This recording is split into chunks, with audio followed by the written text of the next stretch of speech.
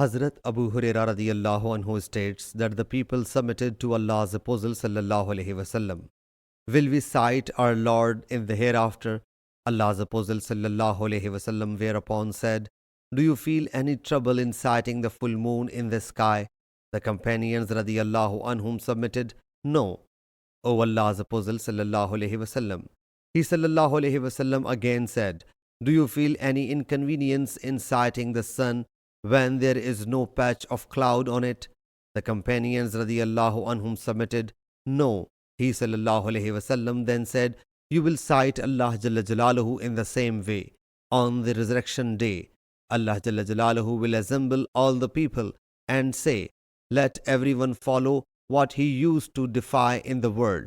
So the sun worshipper will join the sun, the moon worshipper will join the moon, the idol worshipper will join the idols, and in the end only this ummah, including the believers and the hypocrite, will be left. Allah Jalla Jalaluhu will appear before them in a form unfamiliar to them as it befits his sanctity, and say, I am your Lord. They will say, we seek refuge in Allah Jalla Jalaluhu against you. We will stay here until our Lord Jalla Jalaluhu comes to us.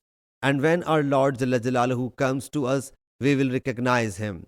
Allah Jalla Jalaluhu thereupon will appear before them in the form familiar to them and say, I am your Lord Jalla Jalaluhu. My ummah will say, yes, you are certainly our Lord Jalla Jalaluhu. They will follow the splendid sight of this Lord Jalla Jalaluhu. Then the Sirat bridge will be set up over hell, and I, as well as my ummah, will be the first ones to cross it.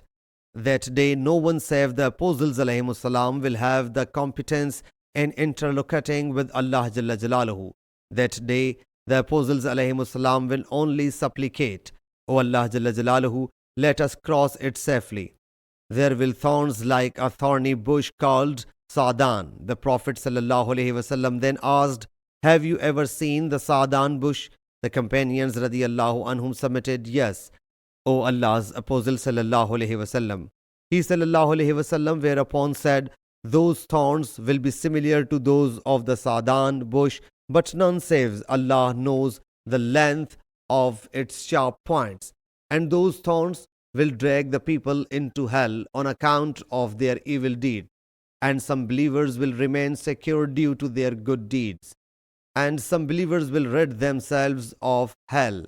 After crossing hell, it will continue until Allah Jalla Jalaluhu, after finishing the people judgment, will resolve to take out as per his will. Only because of his compassion, those of the people who will not have associated any partner with Allah Jalla Jalaluhu, He Jalla Jalaluhu will ordain the angels to bring out those people from hell who remained firm in saying, there is no worthy of worship saves Allah Jalla Jalaluhu. Hazrat Muhammad sallallahu alaihi wasallam is Allah's apostle.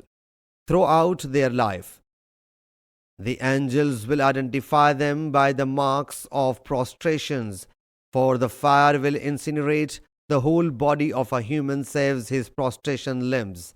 These people will be brought out of hell with bodies fully burnt.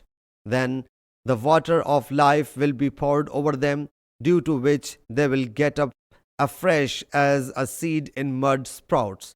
When Allah Jalla Jalaluhu will finish the people's judgment, a man will be left who will be facing hell, and the last one to enter paradise.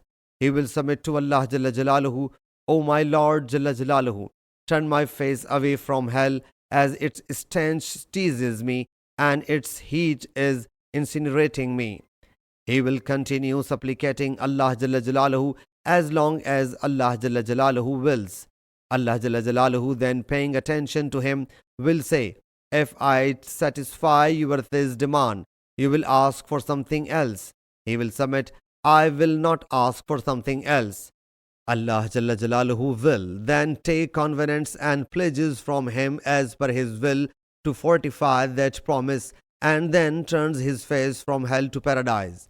When that man will see paradise before him, he will remain mute for some time as per Allah's will. He will therefore submit, O my Lord Jalla Jalaluhu, get me close to the door of paradise. Allah Jalla Jalaluhu whereupon said, "Did not you give the covenants and pledges not to make any further request? It is pathetic. O Adam's progeny, how betrayer of promise are you? That man will submit, O my Lord Jalla Jalaluhu, and he will keep invoking Allah Jalla Jalaluhu until Allah Jalla Jalaluhu will say to him, will you demand anything else if I fulfill your this need? That man will submit, O my Lord, by your honor, I will not do so. Allah Jalla Jalaluhu will again take covenants and pledges from him as per his will for the fortification of this new promise and make him stand at the paradise door.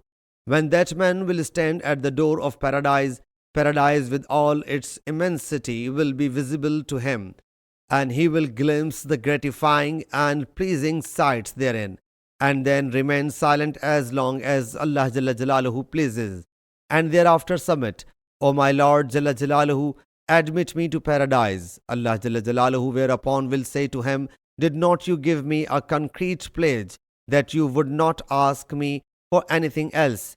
Alas, O Adam's progeny, how untrue to promise are you? He will submit, O my Lord Jalla Jalaluhu, I will be the most ill-fated person amongst your creatures if I stand at the door of paradise but cannot enter it. He will keep invoking until Allah Jalla Jalaluhu laughs as it befits his sanctity. When Allah Jalla Jalaluhu laughs as it befits his sanctity, He Jalla Jalaluhu will say, go and enter paradise. And when Allah Jalla Jalaluhu admits that person to paradise, He Jalla Jalaluhu will say, now make more aspirations. He will make some more aspirations. Allah Jalla Jalaluhu himself will divert his attention to the bounties of paradise and remind him of the kinds of the bounties in paradise so that his cravings may get satisfied. Thereafter, Allah Jalla Jalaluhu will say, take all these bounties as well as more equal to these all. Hazrat Abu Sa'id Khudri radiyallahu anhu has also reported this hadith in the same way as Hazrat Abu Hurairah radiyallahu anhu has reported it, with only this difference that when Hazrat Abu Hurairah radiyallahu anhu said, take all these bounties and more equal to them, Hazrat Abu Sa'id Khudri radiyallahu anhu said, O Abu Hurairah radiyallahu anhu, all these bounties as well as taking 10 more bounties similar to them.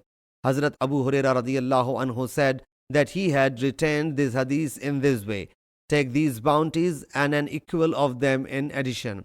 Hazrat Abu Sa'id radiyallahu anhu said, I holding Allah Jalla Jalaluhu a witness, say that I have remembered the saying of Allah's Apostle sallallahu alaihi wasallam, take these bounties as well as 10 more bounties similar to them. Hazrat Abu Hurairah radiyallahu anhu said, I am talking about the person who will enter paradise in the end. Sahih Muslim Hadees number 450.